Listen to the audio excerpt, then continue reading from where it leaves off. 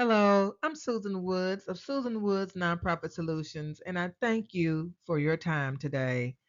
Anytime there is a situation where it seems like there's a crisis or some type of natural disaster or something happening in our world that's not good, you will always find people who try to exploit that situation to their own financial benefit through different types of scams.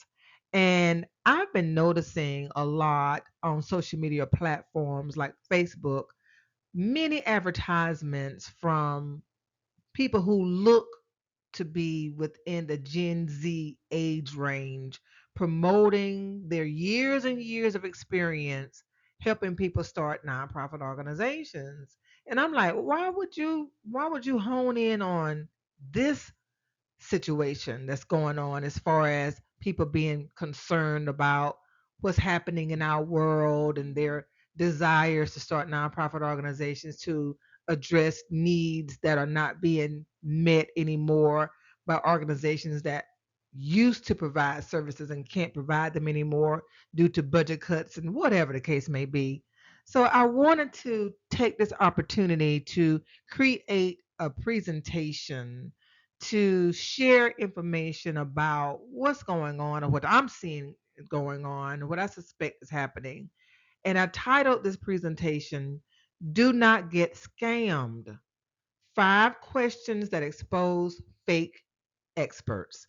And this presentation is geared toward people who want to start 501c3 nonprofit organizations to address issues in their communities, to enhance their communities, to solve problems in their communities, and may not know the steps to take in order to achieve that goal adequately. So I want to share information about what I'm seeing as potential fake experts advertising their skills and starting nonprofit organizations, which their explanations of their experience raises red flags for me personally. So that's why I want to share with you 5 questions that you can ask these experts if you interview them or if you talk to them about starting a nonprofit. 5 questions that you can ask that will expose their lack of knowledge in this area. So let's get started. Gen Z, people who are born between 1997 and 2012. So, according to Investopedia, Gen Z refers to individuals born between 1997 and 2012. They are known for being digital natives, having grown up with smartphones, having grown up with social media and the internet as integral parts of their lives. They've always been a part of this digital environment. So it's nothing new for them. Gen Z also represents a significant demographic comprising about 20% of the US population. Gen Z nonprofit experts, and I highlighted experts intentionally because I want to call that out. Um, and with this question, how can people, I don't know why I have the word a there, how can people between 13 and 28 years old consider themselves as nonprofit experts capable of having years of experience completing the Form 1023 application for recognition of exemption to help thousands of people earn 501c3 nonprofit status? Now, I'm not saying that a person that's 28 years old can't be a nonprofit expert. It depends on when they started, right? So maybe that's a possibility. Maybe they can be. But I'm just a little skeptical. And because they were born in a digital age and they're used to having um, exposure to different platforms and things of that nature, and they have expertise that I would never have in the digital space, they can create these advertisements that are appealing, these gimmicky type platform advertisements on TikTok, on Facebook, on Instagram, and different places to promote themselves in very attractive ways. For example, I decided that I would enroll in a webinar for a person who appears to be a Gen Zer.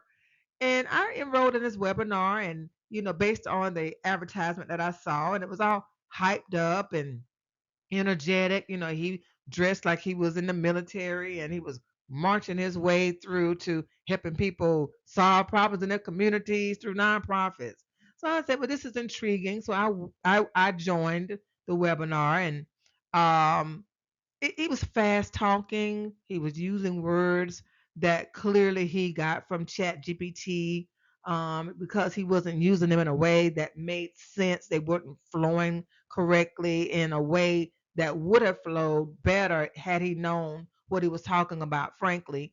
And then I felt bad for the people who were in the webinar, who had attended the webinar, and the questions they were asking were very legitimate questions. You could tell they were passionate about really wanting to do this work and really wanted to get a nonprofit status to enhance their communities.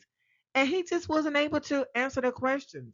He either tried to use some IRS lingo that he knew they may not understand, or he tried to talk fast and get off the subject, or he made a joke about their question to make them feel uncomfortable asking future questions. I could read through his scheme. I could read through what he was doing, and I felt like they were being scammed.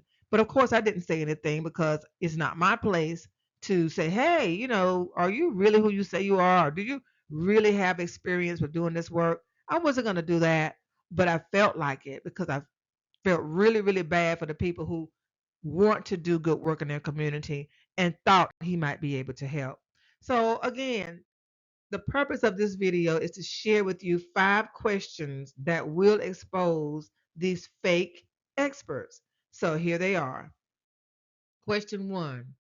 This is what I would ask if I had a meeting. And by the way, anytime you consider hiring someone to help you start a 501c3 nonprofit organization, make sure you schedule a consultation with them so that you can ask questions, so that you can ask these questions. These are just some example of questions that you should ask.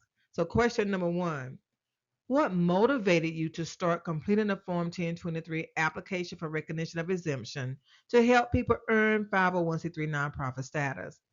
Now, you want to ask this question because you want to get behind the scenes, so to speak, to understand, okay, what made you start a business to complete the application to help people earn 501c3 nonprofit status. And you should look for answers that are similar to, well, I am passionate about my community. I want to help people solve problems in their community. And I believe that earning 501c3 nonprofit status is one of the best ways to do that because you are able to generate tax free money to apply toward doing good or something along those lines. So the last thing you want to hear is, well, it's a very lucrative career. It's a very lucrative business, and I make a lot of money starting applications for people. You don't want to hear that. Question 2, which type of Form 1020 application do you use and why? Well, you want to hear them say, I use the full standard Form 1023 application for recognition of exemption. I do not use the Form 1023 EZ. That's what you want to hear them say. You want to hear them say, I don't use the Form 1023 EZ because it does not allow the applicant to provide written documentation of what they want to offer through a nonprofit organization. They should also say, I don't use the Form 1023 EZ because it provides boundaries or limitations on their financial growth. Specifically, when people use the Form 1023 EZ, they cannot exceed $50,000 in revenues for 3 consecutive years. So that is a hindrance to their growth. Question number 3, how many Form 1023 applications have you completed since you started your business? Of course, this is gonna vary depending upon when they did start their business, the number that they have completed. But you want to look for, if they've been doing the business at least a year, they should have at least 10 applications that they've completed under their belts. And they should be able to show you or give you referrals that you can reach out to validate or to confirm the work that they have done. So again, the number of applications they've completed depends on how long they've been in business. But if they've been in business for a year and this is what they do as a business, they should have at least 10 that they can talk about. Question number 4 is, what is the approval success rate of the Form 1023 applications you completed on behalf of your client? So here you're asking them, what is their success rate? In other words, how many applications did the IRS exempt organizations division approve that you completed on behalf of your clients? You want to hear them say 100%. You want to hear them be able to say, all of my clients receive their determination letters. The determination letter is the official approval letter from the IRS that clients will receive to let them know you have earned 501c3 nonprofit status. So you want the answer to this question to be 100%. But if it's not 100%, you want to ask them, why isn't it 100%?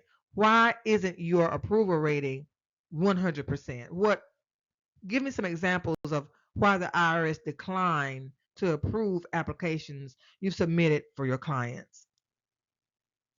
Now, the fifth question, what types of 501c3 nonprofit organizations have you helped people start to enhance their communities? And the answer you're looking for here would be something along the lines of determining the range of skill set that they have. For example, if you're starting a nonprofit organization to create a community garden, that's a pretty cut and dry Form 1023 application. It's not hard. That's a very simple one. On the other hand, if you are completing an application to help your client earn 501c3 status to offer affordable housing, that is a more complex Form 1023 application to help them earn 501c3 status. So you go from a community garden where you growing vegetables and things like that to help the community eat healthy, nutritious food to completing an application to help people start affordable housing. That's a broad range. But what you're looking for in the answer is a broad range. If they are claiming to be experts in helping people start form in helping people start 501c3 nonprofit organizations, then they should show you a broad range of experience with different levels of applications. So, in closing, listen, I do not have a problem with anyone helping people enhance their communities through 501c3 nonprofit organizations. I personally do not have a problem with that. The demand is high. I've been doing this work since 2010, starting nonprofits for people. So I know the demand is high and it's getting higher based on what's going on in our world. However, this is a very serious endeavor that you should not rely on AI, ChatGPT, or other types of resources without having foundational knowledge of the process and experience with completing the process accurately. The process meaning the Form 1023 application for recognition of exemption. I use ChatGPT sometimes to prompt myself a bit to provide prompts for me to use when creating my work for my clients. So I don't oppose that, but I have the foundational knowledge and experience of having started my own nonprofits to know exactly what goes into an application. So just be careful. That's all I'm asking. Be careful. Again, I'm Susan Woods. I started my own nonprofit organization back in 2003.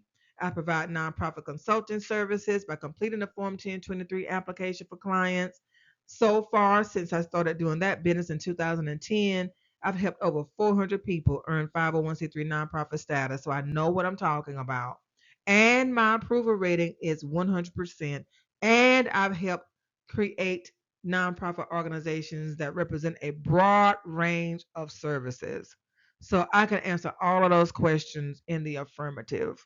I have nonprofit management certificates that I've earned because I believe in the importance of staying abreast of all of the changes that are happening in the nonprofit sector. And the only way to do that is to continue to learn. I subscribe to the IRS's newsletter, the IRS's updates, so I'm always in the know of what's going on. If you want to start a nonprofit organization, I invite you to visit my website at www.trustsusanwoods.com. That's www.trustsusanwoods.com and schedule a phone consultation with me so that you can share your nonprofit vision with someone qualified to hear it. Thank you for your time.